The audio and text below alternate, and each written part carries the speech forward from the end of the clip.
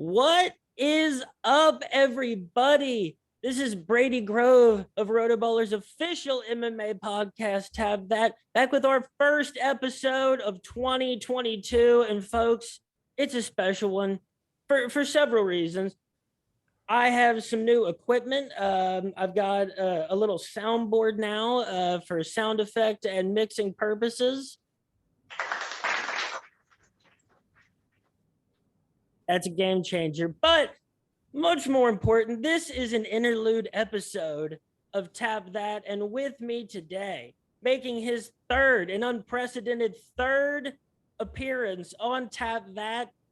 He's had a lot going on since we last talked. We're averaging about an episode every 6 months, going back to January of 2021. This 23-year-old prospect out of Dayton, Ohio, Ilyaz Mamadaliyev. Ilyaz, how's it going, man? Everything is well, my friend. How are you doing? I'm doing well, man. So, like, what did you? Let's break the ice gently. What did you have any New Year's Eve plans? Any New Year's things you did? Anything over the holidays? To be honest, as far as religiously goes, New Year isn't celebrated much like Christmas and stuff. I know that's a Christian thing, but we do get together with the family because it is a new year upon us, and reflect on the year we had. And I was basically just with family, my side of the family, and then my wife's side of the family. Cool, cool. How cold is it today in Dayton? It's about 15 degrees crisp up in Columbus right now. It's very cold. It's very cold. It's been all over the place, but I'm used to it. It's Ohio. It's always like this.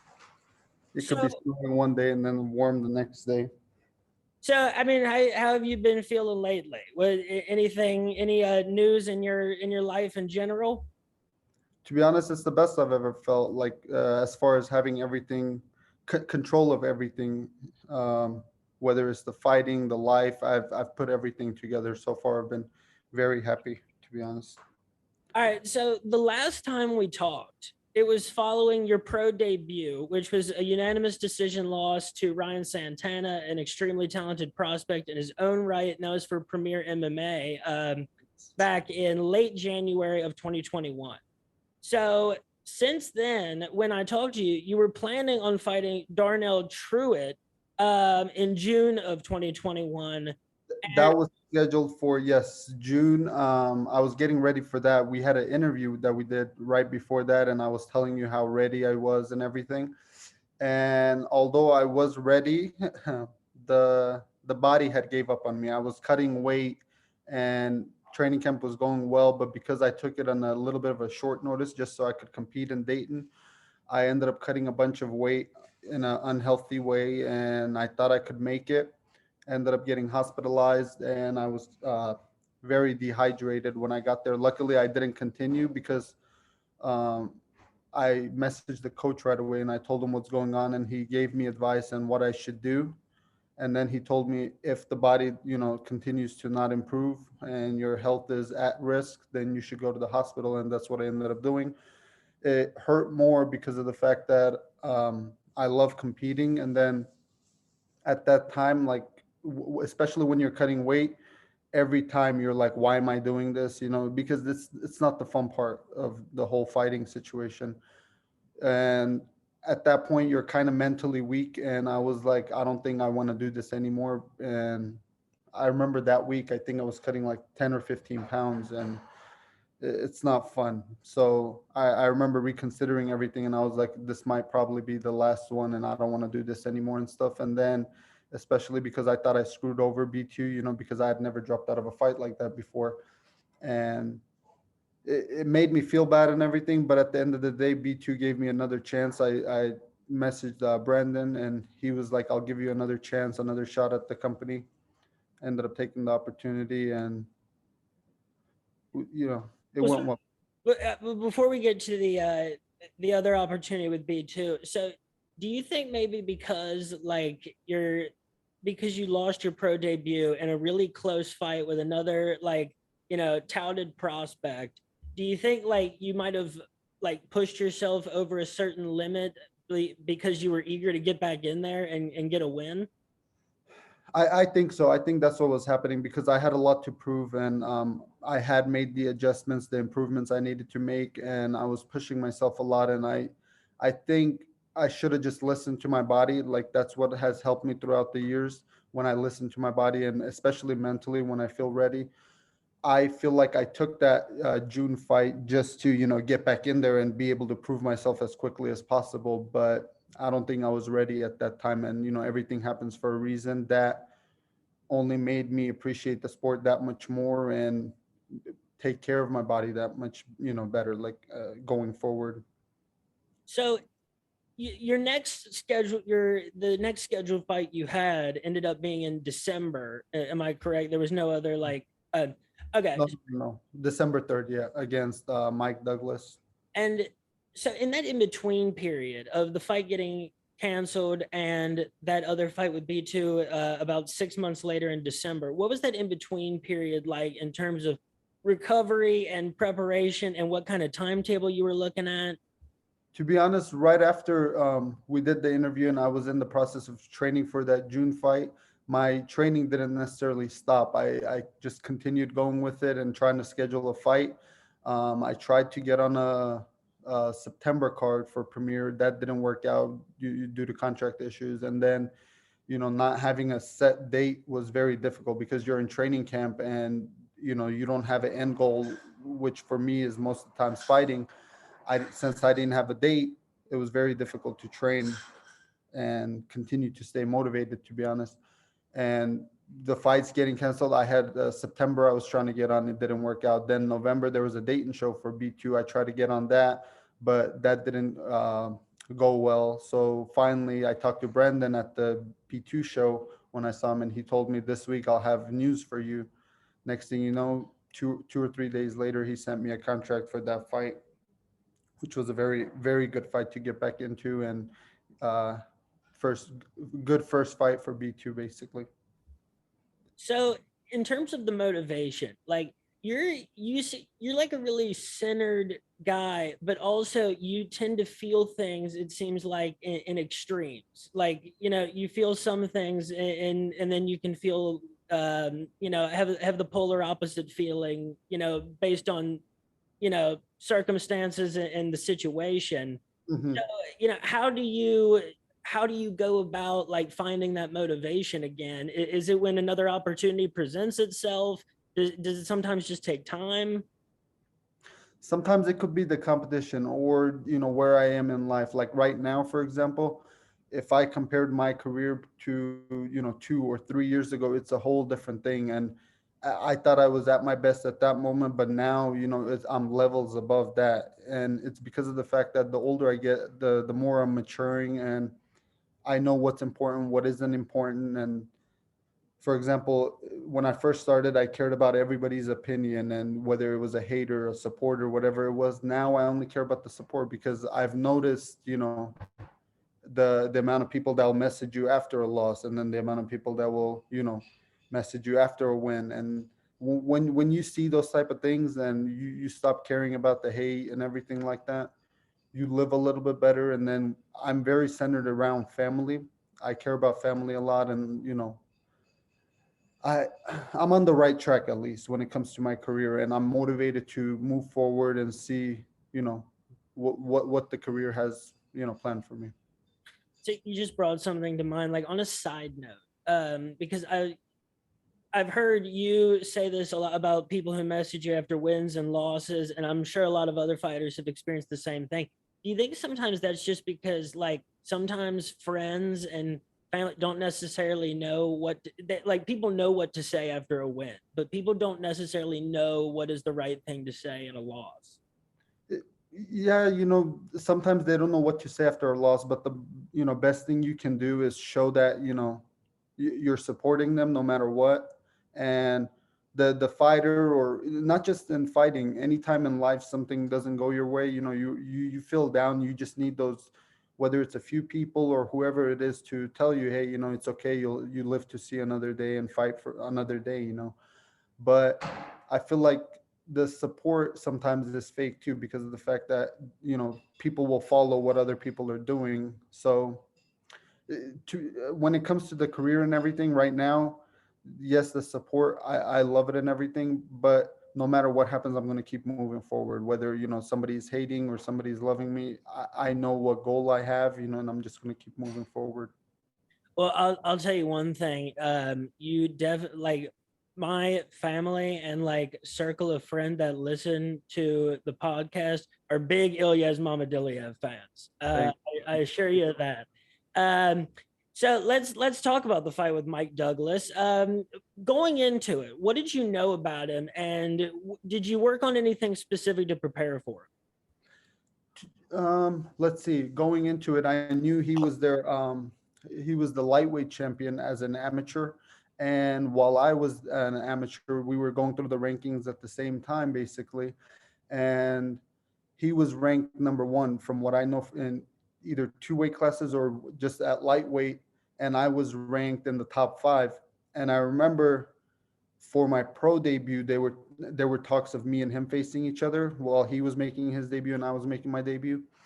It didn't end up going through. I think it was for premiere, or maybe it was a different show, but for some reason it didn't end up going through. And then when I got the offer from Brandon, I remember thinking, okay, this is a very tough fight, but I've prepared well enough to be able to go in there. And I expected a lot from him, to be honest, because of the fact that you don't become even if it's an amateurs, you don't become a champion. I know what it takes, and I knew he had it in him. So I knew going into the fight it was going to be a really hard fight where I had to be ready for anything, basically. So one thing that was really interesting about the fight from the get-go was that he was, I mean, at least 6 feet tall, I'd say, and had to have had, a couple inch reach advantage at the least. Uh, Hmm. Yet you came out and were the one taking control of the cage and dictating the pace of the fight, it seemed. Did that surprise you, or was that something you worked on leading up to the fight? It's something I worked on, like going into basically any fight. I have a size disadvantage, whether it comes to height or just the weight. But I I was pretty surprised, to be honest, when I got to the weigh-in. I the weigh-ins were one day before, and I remember seeing him, and in my mind, that was the first time I remember thinking, like, why the hell am I, going against these big guys? Like, I could be in a lower weight class if I have the proper nutrition and everything. And I remember thinking, like, oh, tomorrow is going to be really tough. And all day that day, I remember this is the first time this has happened to me. I've been doing this for a while now, and normally I'm eager to fight, but this time I remember, like, I was staying at the hotel, and right before I got to the hotel, we went out shopping and everything, and I just didn't want the day to end because I knew if I went to sleep I would have to fight tomorrow. So I was trying to cherish every little minute that they had, because you never know, like, you could have the best preparation, but in this sport it might just not be your night, and everything you did before the fight goes to waste, basically, in a way. I don't know if that makes sense, but and when I got to the fight, the whole time I remember even telling my coaches, I was like, if it doesn't go my way, I don't know, it might be my last one. It might be time to hang it up. And the reason I was saying that was because of the fact that I prepared so much for it. And if it didn't go my way, I was like, I gave it my best, and I don't know if I'm wanting to continue anymore. So I mean, is that a source of motivation, like in the moment, like if I don't win this, I'm hanging it up. It's like, well, I better win this then. Like, is Right, that right.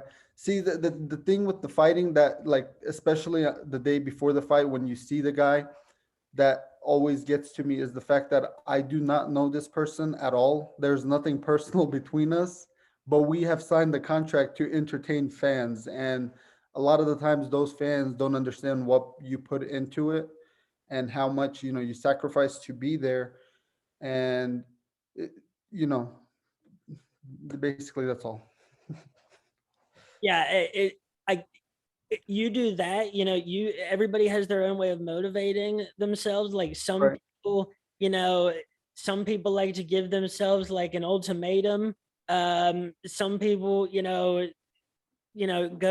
have like a checklist or a bulleted list of goals, like they're just gonna like touch like stepping stones. And some people just either antagonize the other person or make the other person the villain, and that seems to work as well. But Right. to each his own on that. Because at the end of the day, it seems like what's important is that you're motivated for whatever reason. Yeah, yeah. I am motivated, of course, because there's rankings, and you want to move up the rankings, and then with each fight, especially being able to get new sponsors, and make it not just a hobby, but something I can live off of. That always motivates me. And then the fact that you get to leave behind a legacy, whether you're in the UFC or on the local level, you're leaving something behind, and you'll be able to talk about it in the future. And that's what interests me more, like being able to represent my people, and my family and myself at the end of the day. That's my biggest motivation. So, and Mike Douglas came in, despite the height advantage, he came in at the same weight as you at 165. It seems like he could have at least had a 5 pound weight advantage going into that matchup. Uh, I walked in at I was maybe 167, 68. I wasn't too heavy.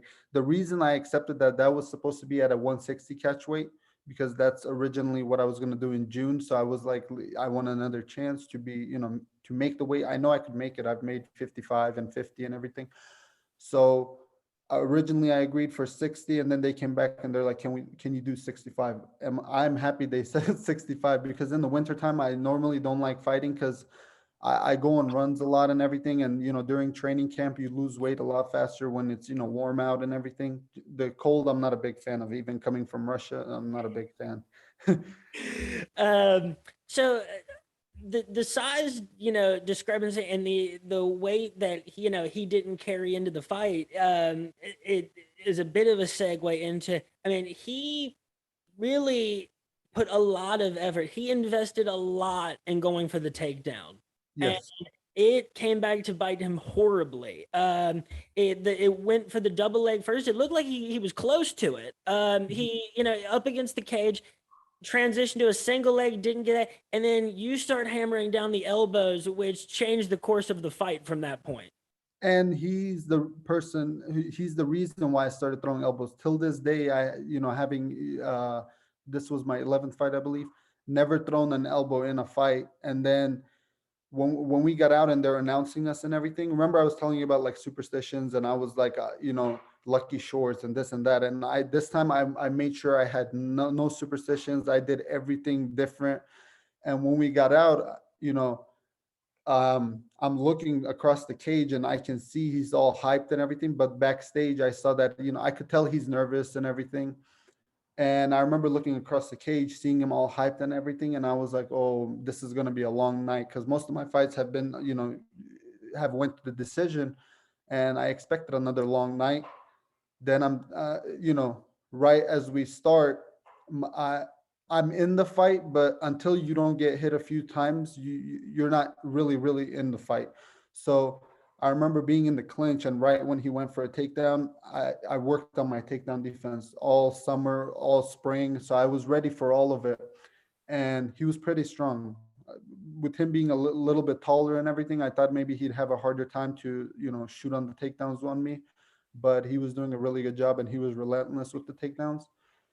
And right after that first elbow he hit me with in the clinch, he started saying something to me, and he was like, well, I think he said, did that land, or was that a hard shot or something? And we both laughed about it.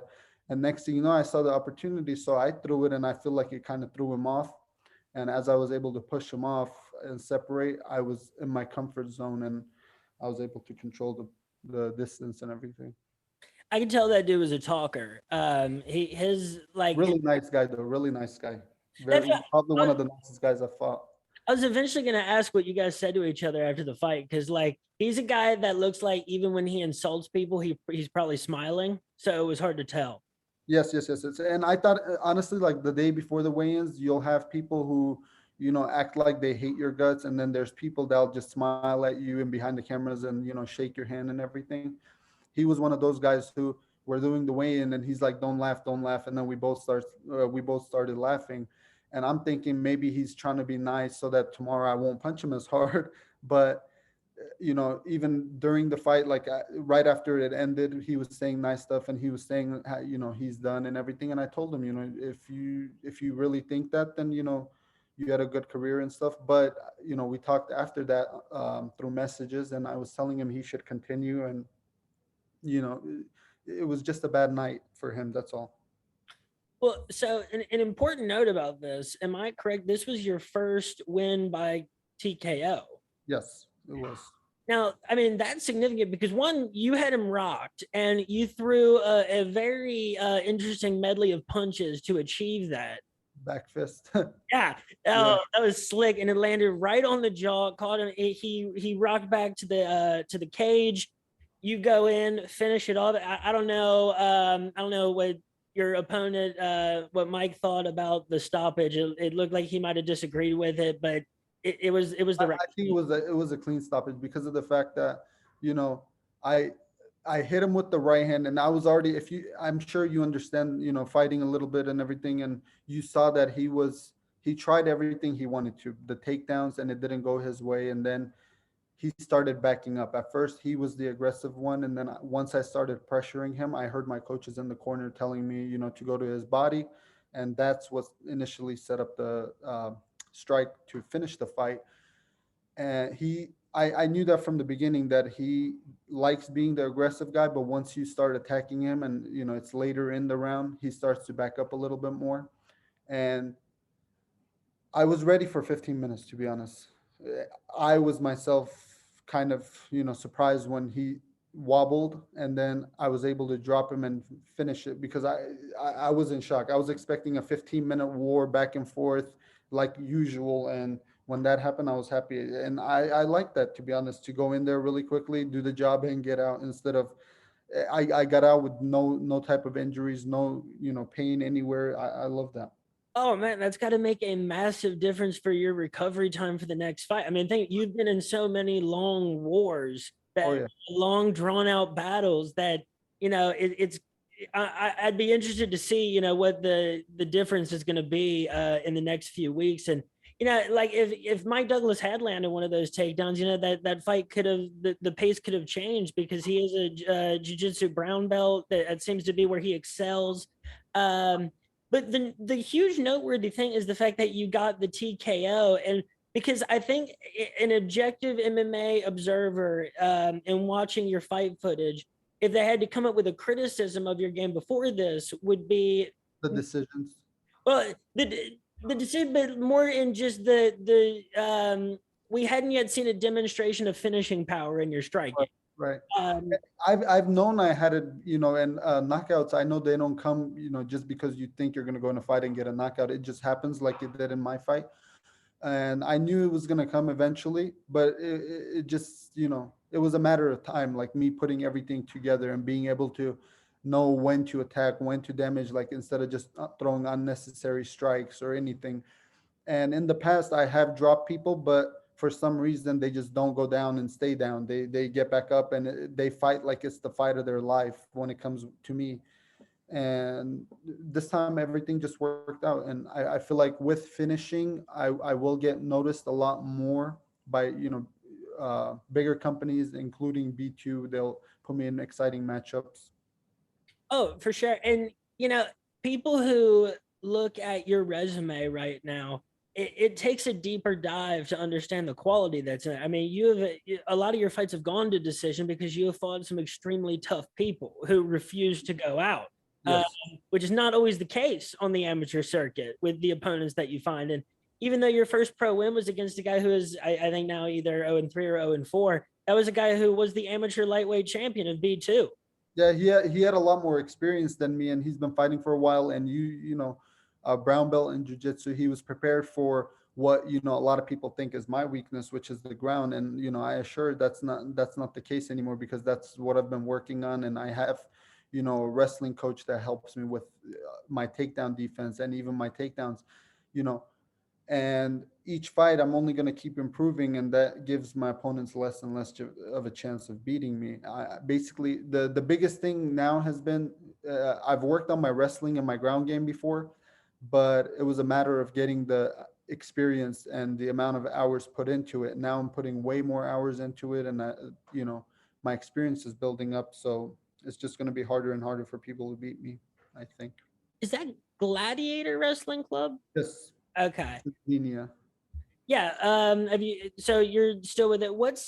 You know, what's it like? Because I don't know how many fight actually split their time between a gym and you're still with Vision, correct? Yes, I am with Dayton Vision.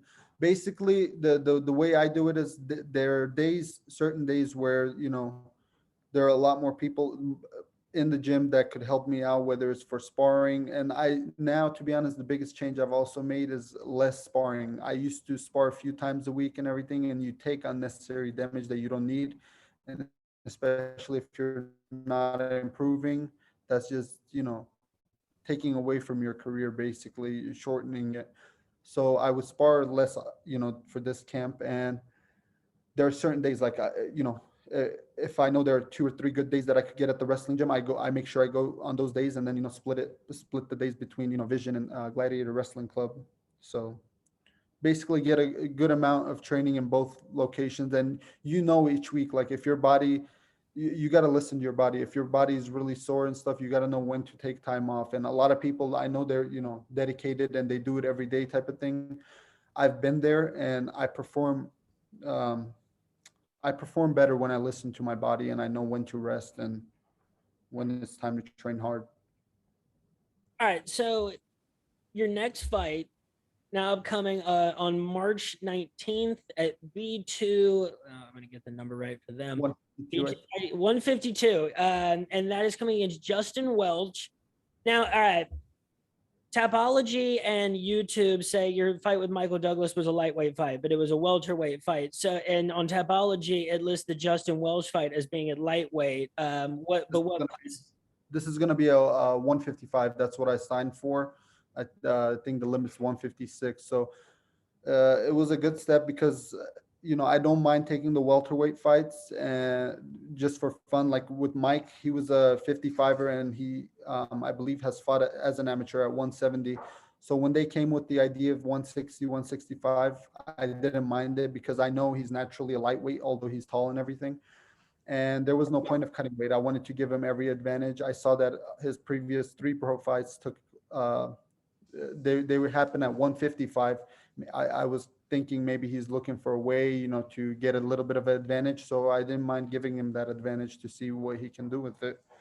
And with this fight being at 55, it's going to be great. I was at a family gathering, and everybody was like, "When is the next one? When is the next one?" Especially after the performance I had, and I literally got a message right at that moment, and they were like, "This guy at 155, can you do it in March?"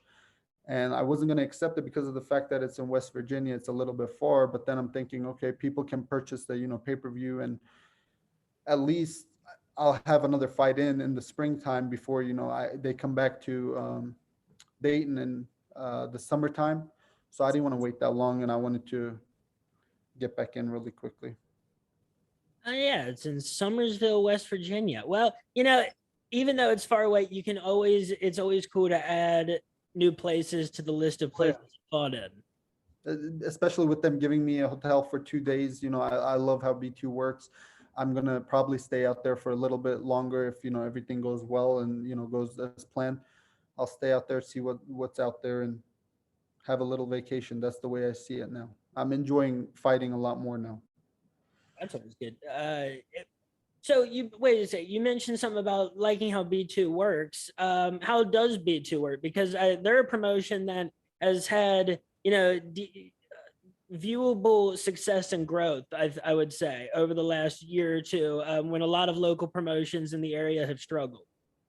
They're growing very rapidly, and the reason what caught my attention after not being able to compete for them in June, I thought maybe that's it. Our relationship is messed up.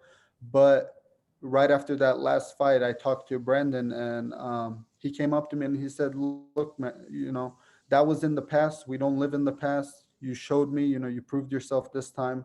We'll move forward, and that's it. And as a man, you have to respect that. You know, he was able to forgive something where I didn't show up, and we moved forward from that. that's what kind of earned my respect, and they're growing really fast. And I feel like this is the place where I can get noticed. Yeah, it didn't seem, and um, your opponent, Justin Welch, he also has fought in island fights, and If which is I'm not wrong, all of his fights took place for Island Fights. Is that Roy Jones's company, MMA company? If I'm not wrong, I I believe. think so. He had one fight for Ultimate Battlegrounds. That was his first fight, but the next seven of his amateur fights were all with Island. And Uh, and, and he got into the sport very recently. So when he was offered, I saw that he's very active, and I'm not going to turn down any offer, especially for B2. They offered it. I took it right away, told the coaches, and they said it makes sense, something to get in there really quickly and get a fight before, taking another one. that's the thing about, like, it seems like almost every geographic area of the United States, let alone the rest of the world, but it seems like every area has at least one main feeder promotion that has established itself in an area. And island fights is kind of more the further down south, like by the Gulf Shore and all that. And there's CFFC up by Pennsylvania and New York and all that. But like Ohio, Kentucky, West Virginia, it seemed like this area of this talent pool was pretty up for grabs for the last 2 years, it seemed. Right. Yes, yes, yes, yes. Because I know they have a lot of promotions around this area, but at the moment, I do believe B2 is leading, and they're only growing and getting better. So it's the right promotion to stay with, and I'll stay loyal with them. And already, there was an offer for Titan FC. Maybe you've heard of that.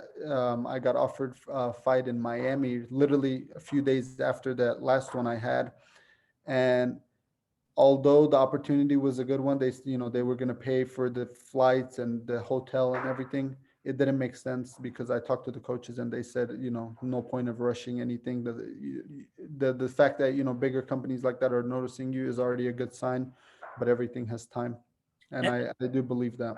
that's a really, really good point. That the fact that Titan would reach out to you already says a lot. And you Right. know, I think a demonstration of loyalty to a company that has given you a great opportunity, and especially when it's like B2 and it now can provide you with that platform. You noticed on a national level, and climb up those regional rankings.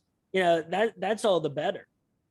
They're just this past year they had so many people make it into Bellator and the UFC, and I know becoming a champion for B2 automatically almost guarantees a shot into the higher, bigger organization. So I'm just going to continue staying with them, and they have a show almost every week. So anytime, that it works out for me and my team, I could accept the fight and go in there and perform again. So, given the way that you performed in the last fight and how you feeling at going into this one, sum up your mindset, how you feel, anything that you've been doing different leading up to this one. How are you going to be a different fighter in this next fight than you were against Mike Douglas? Confidence. I think the only thing that I would say has changed big time is confidence. I was confident before, but I was always expecting a hard fight. But now that I saw that I could finish the fight, I'm looking at fighting a little bit different, and I can see, maybe going for. Although I was going, I was trying for finishes and stuff. I can push the pace a little more now, and I know I'm capable of going the 15 minutes, and I also can finish the fight. So it's gonna change up my game a little bit. And as far as training, I just basically continue doing what I'm doing because I feel like I have a good game plan, and everything is working out well. So, I mean, do you know anything about this, about Justin Welch stylistically? I know he loves to fight, and it's not going to be one of those type of fights where I go in there and I hit him and he goes down and that's it. I feel like he's going to be punching back, and he loves to he loves the fight just like I do. It's your Uh, kind of fight. and to be honest, the main thing that interested me at first, I'm sure you saw. I don't know if you saw a post of the fight announcement and everything. He's a big guy. Although he's 5'10", he's very, he's built, and right away fights like that interest me because automatically a lot of people who don't know anything about fighting, they assume, okay, this guy is supposed to break this guy, but that's almost never the case. So that was the main thing that kind of made me go, okay, I want this fight. So there's yet to be a UFC event this year. The first one's going to be on January 15th. The last 2 years, and it's crazy to think that like the entire time I've known you has been all during pandemic times. Yeah. And but it's been a big year. I mean, for a bunch of different fighters in the. I mean, Chris Curtis from Cincinnati was just named MMA Junkie's comeback fighter of the year for 2021 after the 2 debut wins in the UFC. How awesome was a story was that, especially very awesome, very awesome. I remember my team was talking about it too, and I'm very happy for him because I know for the longest time he's been trying to get into that, and then he tried the Contender Series, I believe. Even though he won, they didn't give him a contract, and then he just, I think he retired, and then he came back, and it's a very nice story, to be honest, of not giving up and continuing to chase his dream. I used to train at Son of Siam MMA in Northern Kentucky. Like it's I believe it's in It Erlanger. sounds familiar. I feel like I've heard of it. Well, Chris Curtis used to go in there a little bit. Nathan Fitch is the guy that runs it. I don't know if what sounds familiar, but like Chris used to go there. So and I like it's crazy. Like as the little time that I spent like with Chris Curtis at Son of Siam, and to see him take out Phil Hawes and Brendan Allen 2 in a row as a plus 280 underdog was like, and then comeback fighter of the year is like that is such an awesome story for MMA fighters through Ohio and Kentucky and everywhere who are 34 and they thought that they were never going to get their shot. Right. And then when he got the shot, he's doing the best with it. The best thing you could probably do. So have you been so Islam Makhachev and Hamza Chimaev have huge fights coming up, rightfully so. They've been doing nothing but crushing people. And I know either the first time we talked or the second, you mentioned that those were 2 guys that you had been following in particular during the year. Especially Hamza, yeah, because I'm sure not just me, but a lot of people are excited to see what's next for him. I love his fighting style. I love how crazy he is, and he's one of those people who's not putting on an act for the TV or anything or to make more money. He has all of that and he's comfortable, but he's just this crazy guy who can back up everything he's doing. And I'm very excited to see what 2022. I believe this might be the year, if he doesn't get injured or anything, it'll be the year he wins at least one belt. That's the thing, is he's almost exactly like Connor. It just we They, there's they say he's like a mix of Habib and Connor, like with the fighting of Habib, and then the talk and the promoting himself, just like Connor. that's like the way that guy is, and he's so authentic. It's why so many people like him and it's why so many people hate him, but you can't question the authenticity. And so no matter what, that guy's not going to get stuck on an undercard somewhere. That guy is going to get his shot against someone huge. Right, right, right. And right now, I think he's having trouble with someone accepting to fight against him, because although it is a big fight, it could also be a really bad fight for someone, especially in the top 10.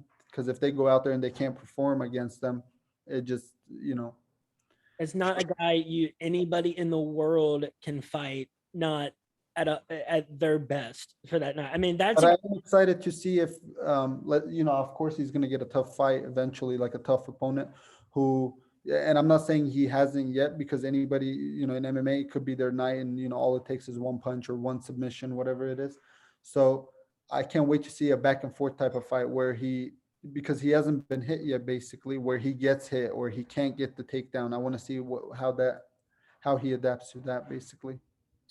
And so Islam Makhachev had the same problem for a long time, getting someone who was willing to fight him, because it was too dangerous for everybody. And the lightweight division stacked with so many blockbuster names, but he's finally getting the fight with Beneil Dariush, 2 guys that have both struggled with, getting their due matchups. and Beneil coming off of what have appeared to be his best performances of his career, similar to Charles Oliveira, the way he looked before he got the title. How do you Right. how do you see Beneil? How do you see Beneil versus Islam going? I've watched both of them. It's going to be a very interesting fight, in my opinion. I don't think it's going to be one sided, just like Hamza's fights are, where they're one sided. I think this is going to be more back and forth. I could see either, they could finish each other, whether it's on the ground or striking, because a lot of people underestimate both of their strikings because they love to go to the ground so much. So it could literally end anywhere, and it's going to be a back and forth fight until one of them pulls off the win. Would I say Islam has a higher chance? Maybe, but at the same time, we haven't really seen him against the top five. So this is going to be a good show for both of them. If Benil wins, he gets a bigger name. Basically, his name will be more popular because I feel like that's why he hasn't gotten a title shot yet. But with Islam, it would be a top five win. So it recognizes him as one of the good fighters in the division. Did you get a chance to tune in for Juliana Pena versus Amanda Nunes? Yes, I got to watch that. Oh my, that's it. Like my brother, he had work the next day, so he went to bed before the main card started. And I texted him in the morning. I was like, in 50 years, when some kid looks up at you and says, "Did you watch Juliana Nunes?" You'll have to say, "No, I had work the next day." I I couldn't believe it when I saw it. And Joe Rogan was talking like he was watching a dream. That was one of the craziest things I've ever seen watching any MMA. With all of Amanda Nunes fights, I watched all of them because I would have other fights on the card that I wanted to watch, or just to see her greatness and everything. And each time she's talking, you try to watch the interviews and try to see where they're at with confidence and everything. She never showed any signs of like you know being mentally weak or anything. Each time it was like, I'm going to destroy this person, I'm going to be this, and then she would always have the next fight planned. But I think it surprised a lot of people, and it was the way she got beat, I think, was what surprised people more. She was losing in the striking, and she was tired, basically, and I think that's what surprised a lot of people That's because that's what she did to everybody else. like when Anderson Silva got beat by Chris Weidman, it was because he was goofing off, Right. doing the dancing, which in hindsight was a bad idea. But that's what has captured so many people's attention about Juliana Pena's win was Amanda Nunes wasn't off. Juliana Pena said when she, called out Amanda Nunes, she looked more confident than I have ever seen an opponent of Amanda Nunes. She was the only person who went into that fight not expecting to die in there. And I feel like the biggest difference was like she had nothing to lose. I know she would take a loss on her record, but so many people expected her to lose that her going out there and just giving everything was the best she could do, and that's exactly what she did, and it ended up being her night. That was awesome. Well, Ilyaz, before we conclude this episode, keeping this under an hour so this can go up on Ilyaz's Instagram, is there anything you want to say to anybody you want to address, anything you want to say at all? The floor is yours. Thank you first and foremost for the interviews. I always have a fun time talking to you, Ilyaz. and I hope we continue doing this. Maybe in person would be even better. We'll get that together finally.